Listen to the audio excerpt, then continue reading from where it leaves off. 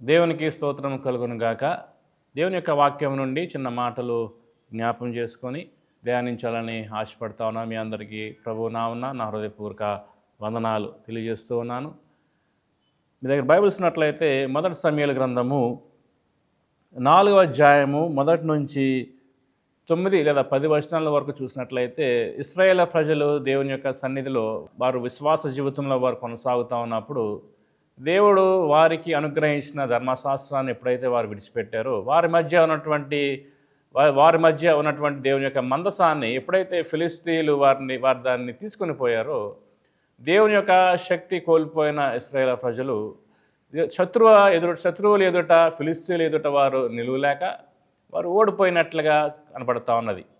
అంత మాత్రమే కాదు, వాక్యంలో రాయబడింది దాదాపు 4,000 మంది హతులైరి అని రాయబడింది. బలహీనలైపోయినటువంటి స్థితిలో ఉన్నటువంటి ఇశ్రాయేలు ప్రజలు మరి వారిలో ఉన్నటువంటి 4,000 మందిని వారు పోగొట్టుకున్న తర్వాత వారు గ్రహించి మరలా దేవుని మందసాన్ని మనం తీసుకుని వచ్చి మన మధ్య మనం ఉంచుకుందాము రండి అని చెప్పి వారు షిలోహులో ఉన్నటువంటి దేవుని మందసాన్ని వారు వెళ్ళి దాన్ని తీసుకుని వచ్చి ఎప్పుడైతే వారి మధ్య వారు ఉంచారో వారు గొప్ప కేకలు వేసి వారు దేవుని స్తుతించి ఆరాధించిన తర్వాత మరి శత్రువులైనటువంటి ఫిలిస్తీన్లు చూడండి, ఎప్పుడైతే దేవుని బిడ్డలు వారు దేవుని యొక్క శక్తి మరలా పొందుకొని దేవుని సన్నిధిలో వారు కూడి దేవుని స్తుతించి ఆరాధించినప్పుడు వారు ఒకప్పుడు దేవుని యొక్క ప్రజలుగా ఉన్నటువంటి మరి ఇశ్రాయేలు ప్రజలు ఒకప్పుడు దేవుని యొక్క సన్నిధిలో వారు నిలువలేక పడిపోయిన వారు ఎప్పుడైతే వారి బలహీనత వారు తెలుసుకున్నారో వారి బలహీనత ఏంటంటే దేవుని యొక్క మందసాన్ని వారు విడిచిపెట్టారు. దేవుని యొక్క మందసాన్ని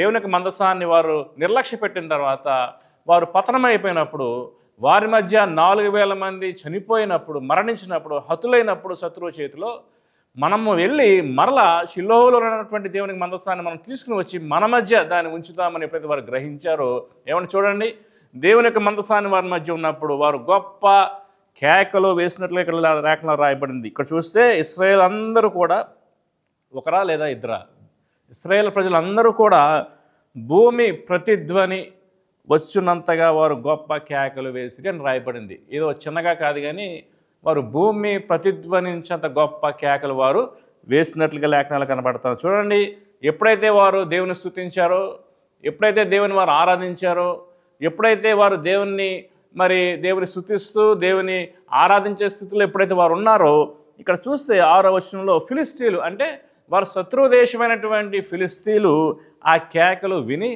ఏమైంది అక్కడ వారు ఆరాధిస్తూ ఉన్నప్పుడు వారు స్తుతిస్తూ ఉన్నప్పుడు మరి ఇశ్రాయేల్ ప్రజలందరూ కూడా కలిసి వారు దేవుని సన్నిధిలో వారు ఆరాధిస్తూ ఉన్నప్పుడు ఆ మందసమును వారు ఏర్పరచుకొని దేవుని యొక్క సన్నిధిని బట్టి దేవుని యొక్క కాపుదలను బట్టి దేవుడిచ్చే గొప్ప మరి ఆదరణను బట్టి వారు ఎప్పుడైతే స్తుతించి కలిసి దేవుని ఆరాధిస్తూ ఉన్నారో ఫిలిస్తీన్లంట ఆ కేకలు విని హెబ్రీయుల దండులో అంటే ఇశ్రాయేల్ ప్రజలు ఈ గొప్ప కేకల ధ్వని ఏమని వారు అడిగారు. ఎందుకు ఈ కేకలు, ఎందుకు వారు ఇంత గట్టిగా అరుస్తూ ఉన్నారు, హెబ్రీయుల దండులో ఇశ్రాయేల్ యొక్క ప్రజలు ఎందుకు ఇంత గొప్ప కేకలు వేస్తూ ఉన్నారు అని అడిగినప్పుడు అక్కడ వాళ్ళకి తెలిసిన విషయం ఏంటంటే చూడండి, 6వ వచనంలో రాయబడింది, యెహోవా నిబంధన మందసము దండులోనికి వచ్చినని వారు తెలుసుకొని జడిసి దేవుడు దండులోనికి వచ్చినని అనుకొని అయ్యో మనకు శ్రమ అన్నారు. ఏమన్నారు వాళ్ళు? యెహోవా మరలా తిరిగి వారి మధ్యకు వచ్చాడు. యెహోవా తన యొక్క కాపుదల, యెహోవా మరలా ఆయన యొక్క శక్తి వారికి అనుగ్రహించడానికి మరలా యెహోవాయే ఆయన యొక్క మందసం రూపంలో ఆయన సన్నిధి రూపంలో మరలా వారి మధ్యలో ఆయన ఉన్నాడనే విషయం వారు తెలుసుకొని వారు అంటున్నారు ఏంటంటే వారి శత్రువులు అనేటువంటి ఫిలిస్తీన్లు వారు అన్న మాట ఏంటో తెలుసా? అయ్యో మనకు శ్రమ. మనం ఎప్పుడైతే దేవుని యొక్క సన్నిధిలో మనము నిలకడగా మరి ఫెయిత్ఫుల్గా నమ్మకంగా ధైర్యంగా ఎప్పుడైతే దేవుని సన్నిధిలో మనం నిలిచి ఉంటామో, ఎప్పుడైతే దేవునితో మనం సహవాసం కలిగి ఉంటామో చూడండి, విశ్వాసులైన మనం ఎప్పుడైతే దేవునితో ఎక్కువ సహవాసం చేస్తామో, ఎక్కువగా దేవుని సన్నిధిలో ఆరాధించి దేవునితో మనం ఉంటామో, మన శత్రువు అయినటువంటి అపవాది మనను బట్టి మనము కలిగి ఉన్నటువంటి మన ఎబ్రేజర్ అయినటువంటి మన శక్తి అయినటువంటి మన మన మన యొక్క రక్షకుడు అయినటువంటి దేవుని బట్టి అపవాది కూడా మనం చూసి భయపడే పరిస్థితులు ఎదురవుతాయి. మరి అటువంటి పరిస్థితులు అనేక మంది మరి కలిగి ఉంటారు. కొంతమంది దేవునితో ఎక్కువ సహవాసం చేయలేక అపవాది చేతిలో లేదా మరి సాతాను చేతిలో పడిపోయి మరి పతనం అయిపోయినటువంటి స్థితిలో మనం ఉంటాం. మరి అటువంటి స్థితిలో మనం ఉండకుండా ఎప్పుడైతే మనం దేవుని సన్నిధిలో ఉంటూ దేవుని స్తుతించి ఆరాధిస్తామో, ఈ యొక్క ఫిలిస్తీన్లు ఇశ్రాయేల్ ప్రజలు వారు అంటున్నారు, అయ్యో మనకు శ్రమ, దేవుడు వారి దండులోకి వచ్చెను అని వారు అనుకొని ఇంతకు మునుపు వారు ఇలాగూ సంభ్రమింపలేదు. అయ్యయ్యో మహాశూరుడగు ఈ దేవుని చేతుల నుండి మనల్ని ఎవరు విడిపింపగలరు? చూడండి, ఆ మాట చక్కని మాట. వారు అంటున్నారు, వారి శత్రువులు చూడండి, అయ్యో మనకు శ్రమ, ఇంతకు మునుపు వారు ఇలాగూ సంభ్రమింపలేదు. అయ్యయ్యో మనకు మహాశ్రమ, మరి ఈ దేవుని చేతిలో నుండి మనలను ఎవరు విడిపింపగలరు అని వారు భయపడుతూ వారు అంటారు ఏంటంటే, అరణ్యమునందు అనేకమైన తెగుల చేత ఐగుప్తులను హతము చేసిన దేవుడు ఈయనే కదా. వారు ఇచ్చినటువంటి సాక్ష్యం ఏంటంటే, వారి శత్రువులు ఫిలిస్తీన్లు ఇచ్చిన సాక్ష్యం ఏంటంటే, చూడండి, అరణ్యమందు అనేకమైన తెగుల చేత ఐగుప్తులను హతము చేసిన దేవుడు ఈయనే కదా అని వారు భయపడుతూ ఉన్నారు. మరి అటువంటి కాపుదల దేవుడు వారికి అనుగ్రహించాడు. అటువంటి మరి బలమును దేవుడు తన ప్రజలైనటువంటి ఇశ్రాయేల్ ప్రజలకు అనుగ్రహించాడు. ఎందుకు మరలా అనుగ్రహించాడు? మళ్ళా వారు పోగొట్టుకున్నటువంటి దేవుని సన్నిధిని, వారు విడిచిపెట్టినటువంటి దేవుని యొక్క మందసాన్ని వారు మరలా తెచ్చుకున్నప్పుడు, అప్పుడు వరకు మరి ఇశ్రాయేల్ ప్రజలను 4000 మందిని హతం చేసిన ఇదే ఫిలిస్తీన్లు వారి స్వరం మారిపోయింది. వారు ఇప్పుడు ఏమంటున్నారు? అయ్యయ్యో మనకు శ్రమ, అయ్యో మనకు శ్రమ. అరణ్యమందు అనేకమైన తెగుల చేత మరి ఐగుప్తులను హతము చేసినటువంటి దేవుడు ఈయనే కదా అని వారు తెలుసుకుని వారు భయపడతా ఉన్నారు. మన శత్రువు, మన అపవాది సాతానుడు మనల్ని ఎన్నో మార్లు మనం పడగొట్టడానికి, మన మీద దాడి చేయటానికి, మనం పతనంలోకి మనం తీసుకుని పోవడానికి మరి ప్రయత్నం చేస్తాడు. కానీ ఎప్పుడైతే మనం నిలిచి ఉంటామో, మనం ఎప్పుడైతే నిలిచి ఉంటూ దేవుని కొరకు మనం పోరాడతామో, ఎప్పుడైతే దేవుని సన్నిధిలో మనకు విశ్వాసమును బట్టి ఎప్పుడైతే దేవుని స్తుతించి కొనియాడి దేవుని ఎప్పుడైతే ఆరాధిస్తామో, ఎప్పుడైతే మనం నిలకడగా ఉంటామో, అపవాది కూడా మనల్ని చూసి దేవుడు మనతో ఉన్నటువంటి విధానమును బట్టి, దేవుడు మనకి ఇస్తున్నటువంటి ఆదరణను బట్టి అపవాది కూడా మన నుంచి వాడు తొలగిపోయే పరిస్థితి దేవుడు తీసుకుని వస్తాడు. ఎందుకు ఇంకా దాడులు జరుగుతూ ఉన్నాయి? ఎందుకు పడిపోతూ ఉన్నాం? ఎందుకు ఈ భయము? ఎందుకు ఈ యొక్క భయాందోళనలు? ఎందుకు ఈ యొక్క అలజడంటే మనం దేవునితో ఉండలేక మనం పడిపోయిన స్థితిలో ఉన్నాం కాబట్టి, దేవుని కాపుదల, దేవుని యొక్క శక్తి మనకు లేదు కాబట్టి ఈ యొక్క భయాలను విడిచిపెట్టి దేవుని సన్నిధి, వారు ఎప్పుడైతే ఇశ్రాయేలు ప్రజలు దేవుని యొక్క మందసాన్ని తెచ్చుకున్నారో, ఎప్పుడైతే వారు బలాన్ని పొందుకున్నారో, ప్రియరా బలహీన స్థితిలో ఉన్నటువంటి మనము కూడా చూడండి, ఒక తీర్మానం చేసుకుందాం.